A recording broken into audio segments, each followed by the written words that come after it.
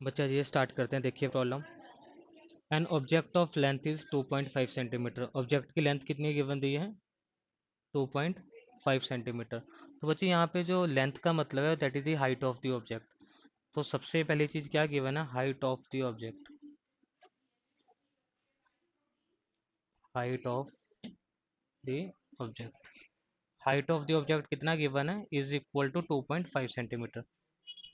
अब बच्चे numerical start करने से पहले ना आपने प्रीवियस दो वीडियोस भी देखी होंगी। एक पॉइंट को आप बिल्कुल ध्यान से लिख लीजिए। आपने कोई भी अगर न्यूमेरिकल अगर आपने सॉल्व करना है तो बच्चे उसके लिए ना पूरा न्यूमेरिकल सॉल्व करने के लिए आपको उसको चार पार्ट्स के अंदर डिवाइड करना है। सबसे पहला पार्ट जो रहेगा वो आपके पास रहेगा कि आपको न्यूमेरिकल में गिवन क्या दिया है। आपको पता होना चाहिए कि आपको प्रॉब्लम में क्या क्या गिवन दिया है। सेकेंड स्टेप रहेगा कि आपको बच्चे फाइंड आउट क्या करना है। ठीक है। थर्ड है कि कौन सा फॉर्मूला यूज होगा। और मोस्ट ऑफ द स्टूडेंट जहाँ पे सबसे ज़्यादा गलती करते हैं वो आ जाते हैं आपके पास यूनिट, कि यूनिट सेम है या नहीं है। इन चार स्टेप्स का याद रखना है आपने। किसी भी लेवल का एग्जाम हो, कहीं पर भी अगर आपको कोई न्यूमेरिकल सॉल्व करना है तो ये चार स्टेप में गिवन क्या दिया है, फाइंड आउट क्या करना है, फॉर्मूला कौन सा यूज होगा, और यूनिट सेम है या नहीं है। क्लियर है? आ जाइए जी। अब यहाँ पे बच्चे हाइट ऑफ द ऑब्जेक्ट कितना दिया है? We have the height of the object that is equal to 2.5 centimetre. अब बच्चे 2.5 सेंटीमीटर का क्या मतलब होगा? इट इज इसका मतलब होगा H placed at a distance of. Object कहाँ पे प्लेस्ड है? अब बच्चे ऑब्जेक्ट के लिए आप क्या यूज करते हो? यू। यू आपके पास क्या होता है? Distance of object from the pole. Distance of object from the pole कितना गिवन दिया है? Is equal to 1.5 F. बच्चे यहाँ पे मैं माइनस लगा रहा हूँ, क्यों? क्योंकि बच्चे यहाँ पे पता है आपको कौन सा केस है? कॉनकेव मिरर का केस है। और कॉनकेव मिरर का केस है तो यहाँ पे क्या आ जाएगा आपके पास? माइनस एक्स एक्सिस आ जाएगा। क्लियर है? तो the distance of object from the pole is equal to minus 1.5 F and where F is the magnitude of the focal length. अगर बच्चे यहाँ पे कंफ्यूजन आ रहा है व्हाट इज एफ, तो एफ आपके पास क्या है? F is equal to the magnitude of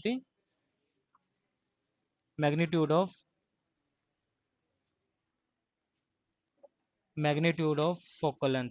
ये क्या है आपके पास? Is equal to magnitude of focal length.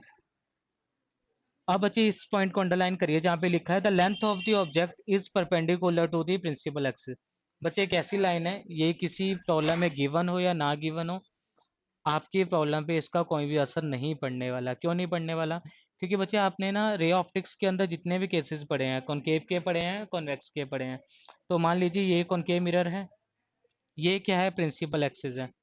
अब जब भी आप यहाँ पे डायग्राम ऑब्जेक्ट को रखते हो तो आप किसके परपेंडिकुलर रख रहे हो? प्रिंसिपल एक्सिस के ना। ये प्रिंसिपल एक्सिस है। यहाँ पे मैंने ऑब्जेक्ट रखा तो इन दोनों के बीच में क्या रिलेशन है? 90 डिग्री का। अब बच्चे जब इमेज बनती है तो बनती कहाँ पे है? या तो यहाँ पे बनेगी, या तो यहाँ पे बनेगी, या तो बिल हाईली डिमिनिस्ड बनेगी या डिमिनिस्ड बनेगी। लेकिन सारे का सारा जो प्रोसेस है वो होगा क्या? 90 डिग्री होगा। तो बच्चे ये लाइन तो सिर्फ आपको कंफ्यूज करने के लिए दिया है।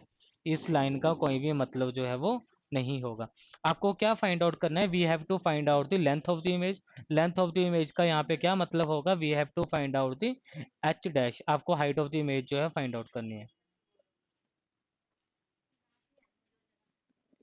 एच डैश, एच डैश आपके पास क्या होगी जी? Height of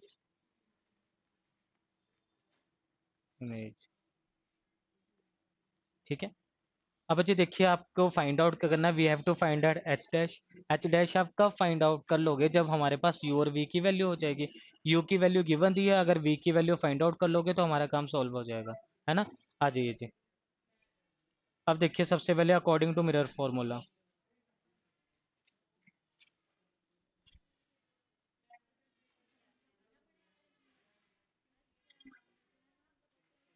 1/f is equal to 1/v plus 1/u।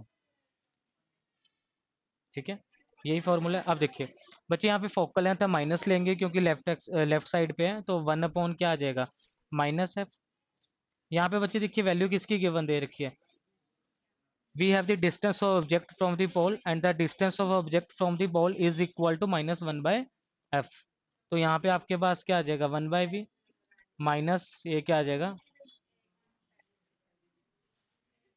जल्दी बता दो बच्चे, क्लियर हुआ या नहीं हुआ।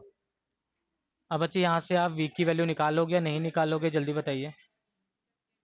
ठीक है, यहाँ पे आ जाइए, आ जाएगा 1/-एफ इज इक्वल टू 1/वी माइनस, बच्चे यहाँ पे मैं 10/15 लिख रहा हूँ क्योंकि मैं क्या कर रहा हूँ, इसको सॉल्व कर रहा हूँ। तो ये आपके पास कितना आ जाएगा, 2/3। तो ये आपके पास कितना आ जाएगा, 1/-एफ इज इक्वल टू 1/वी माइनस 2/3 एफ। अब बच्चे इसको मैं ऐसे भी लिख सकता हूँ, plus 2/3 F is equal to 1/वी।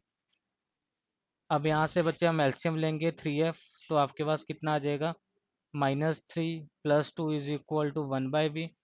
इसको जब सॉल्व करेंगे तो कितना आ जाएगा, -1/3 एफ इज इक्वल टू 1/वी।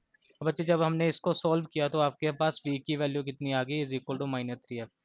जल्दी बताइए, क्लियर हुआ है नहीं क्लियर हुआ। Now we have the value of u की value that is the distance of object from the pole, and we have the distance of image from the pole. ठीक है, तो हमारे पास u की वैल्यू भी है, v की वैल्यू भी है। Simple put this value in the magnification formula, we get the answer. तो as we know that as